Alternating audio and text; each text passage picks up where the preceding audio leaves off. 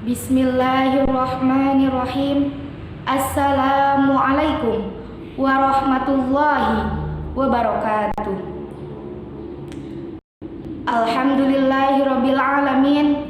Wassalatu wassalamu ala asrofil anbiya'i wal mursalin wa ala alihi wa sahbihi ajma'in. Amma ba'du. Qala Allah ta'ala fil Qur'anil Karim wa huwa asdaqul qailin. A'udzu billahi minasy syaithanir rajim. Bismillahirrahmanirrahim. Ya ayyuhalladzina amanu in ja'akum fasikum binaba'in fatabayyanu aw tusibu qauman bijahalatin fatusbihu ala ma fa'altum nadimin. Wa qala an-nabiyyu sallallahu alaihi wasallam ayyul islami afdalu qala man salimal muslimuna min lisanihi wa yudihi. Tabarakan fi du'a. Allahumma salli wa sallim wa barik alaih. Allahumma salli wa sallim wa barik alaih. Allahumma salli wa sallim wa barik alaih. Allahumma inna nas'aluka salamatan fid din. Allahumma inna nas'aluka al-husnul khatimah. Allahumma inna nas'aluka fil jannah. Puja dan puji syukur, alhamdulillah, marilah kita panjatkan kepada zat Allah yang maha pengasih tak pilih kasih, yang maha penyayang tak pandang sayang.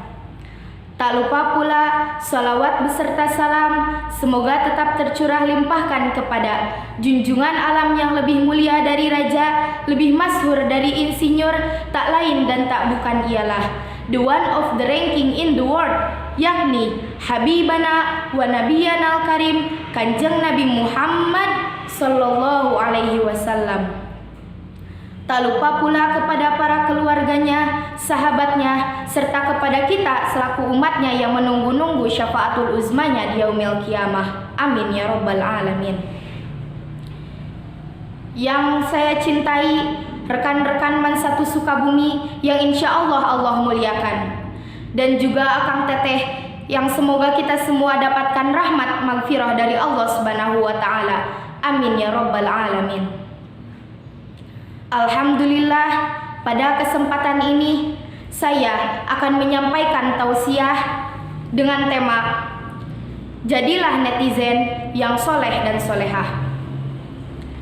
Teman-teman yang berbahagia, hal pertama yang harus diperhitungkan dan diketahui saat memanfaatkan media sosial adalah memasang niat yang baik.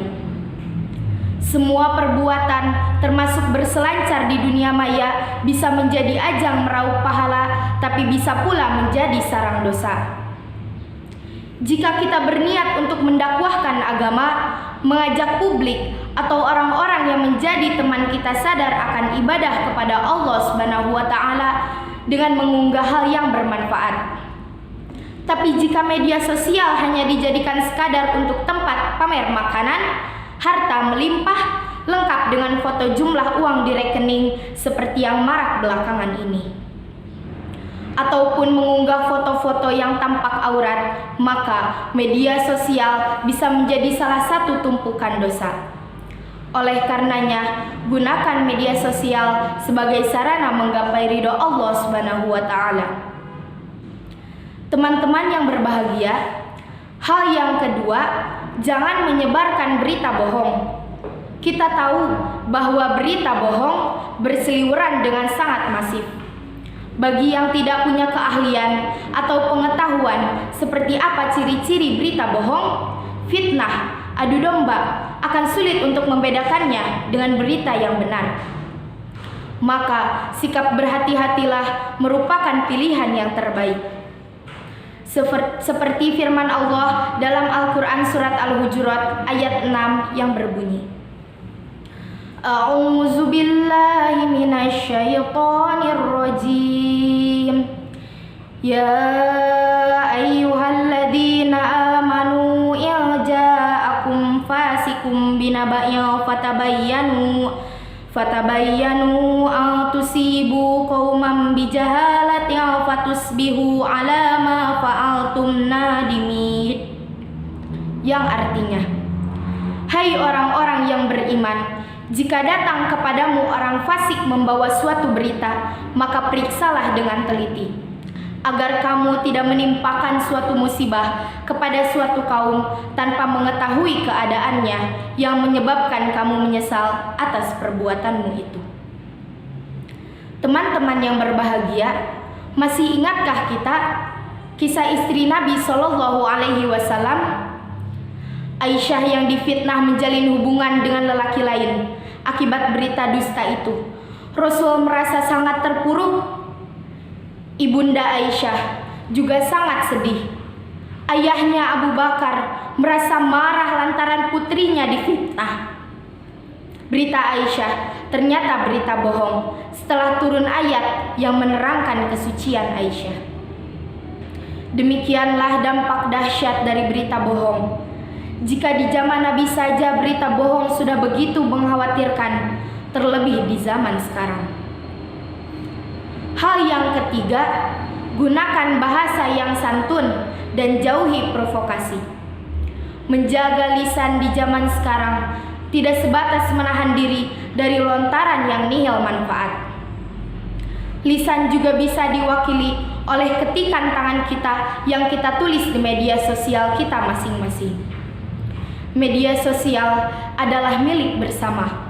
Semua orang yang menginginkannya bisa mengakses dengan mudah. Rasul Shallallahu Alaihi Wasallam pernah ditanya tentang siapakah muslim yang terbaik. Jawaban Nabi adalah, Ayyul islami afdolu qala man salimal muslimuna min lisanihi wa yudihi. Artinya, seorang muslim yang menyelamatkan kaum muslimin dari lisan dan tangannya.